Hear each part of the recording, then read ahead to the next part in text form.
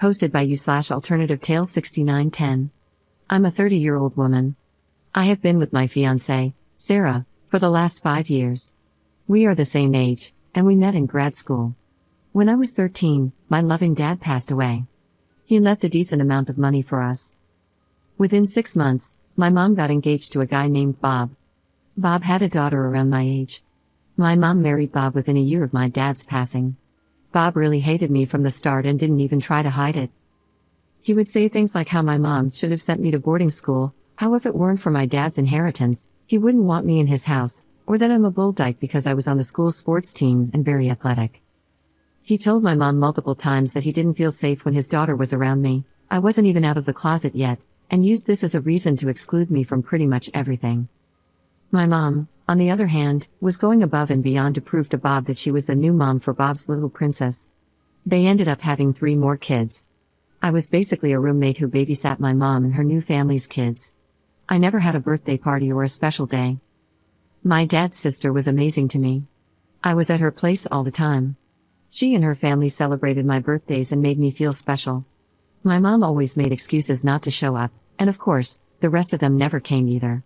Honestly, I was really more like my aunt and uncle's daughter, they were amazing to me. When I left for university, I contacted my mom a few times, but she was always busy, so I just gave up. Here's the issue: Sarah, my fiancée, comes from a very family-oriented background. Family is everything to her. When her family asked about mine, I said my dad passed away and that my mom is busy with her family and lives across the country. She actually lives just an hour's drive from us, but this is what Sarah told them, so I didn't correct her. Technically, I didn't entirely lie. Sarah has asked me to invite my family to our wedding. I told her no. She said it's very embarrassing to have only my aunt and her family on my side. I reluctantly invited my mom. She called me and asked me to apologize to Bob and my step and half siblings for not inviting them and to invite them all. I told her no. She said I'm being ungrateful and that Bob was a father figure to me. My mom and I had a big argument over this. Now, my mom says the only way she'll come is if I invite Bob, his daughter, and their kids. Sarah is now pushing me to invite them all because she doesn't want to feel embarrassed in front of her family. These people never even gave me a card or said happy birthday to me, so I see no reason to celebrate my big day with them. On the other hand, I don't want to let my fiancé down. I just don't know what to do. Should I swallow my pride and invite my family so my fiancé will be happy? I suggested eloping, but Sarah is a firm no. Edit. Sarah knows everything about my life. My aunt has even talked to her about how they treated me growing up. I will have a serious talk with her tonight. Update 1 day later. Thank you for your comments and DMs. They really gave me perspective on my life. I sat Sarah down last night and explained my reasoning for not inviting my family. She kept saying, that was a long time ago, they might not be the same people anymore. I felt offended and said, how on earth are you lecturing me when you've never even met them? Well, it turned out my mother has been in touch with Sarah. Sarah said they regularly meet for coffee dates and talk. I was about to cry because I was so angry.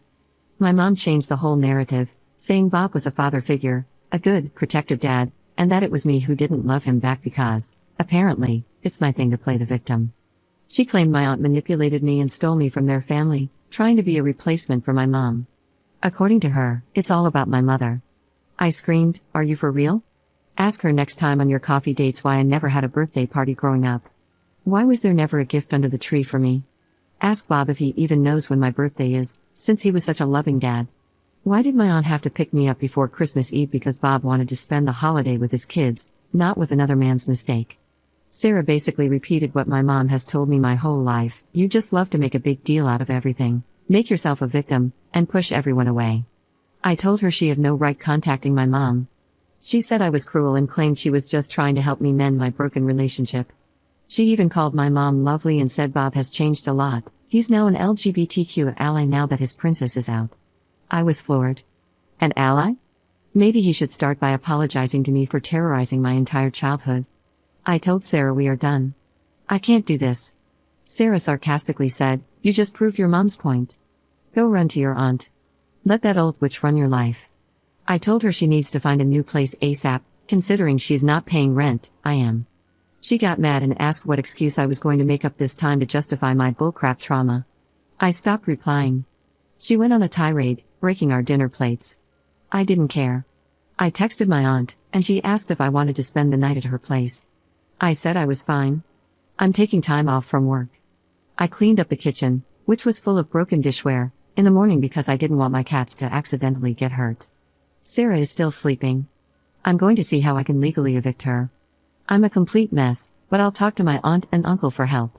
Yes, I'm not starting to date again until I see a therapist and work on myself. I can't keep going through this. Second update 5 weeks later. I still get DMs asking for an update. 1. Sarah moved out, finally. Her family cursed me, my aunt, and uncle as they were packing her stuff. I asked my aunt and uncle to be there because I was terrified of her family. Luckily, they didn't do anything crazy, just a lot of verbal attacks. 2. My mom left me a nasty voicemail. She said I'm a worthless human being and blew the best thing that happened to me over some childish resentments. She said, "That's who you are.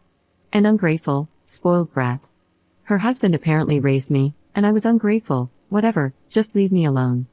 3. I met with a therapist that I liked, but he is going to retire soon due to health issues, FML.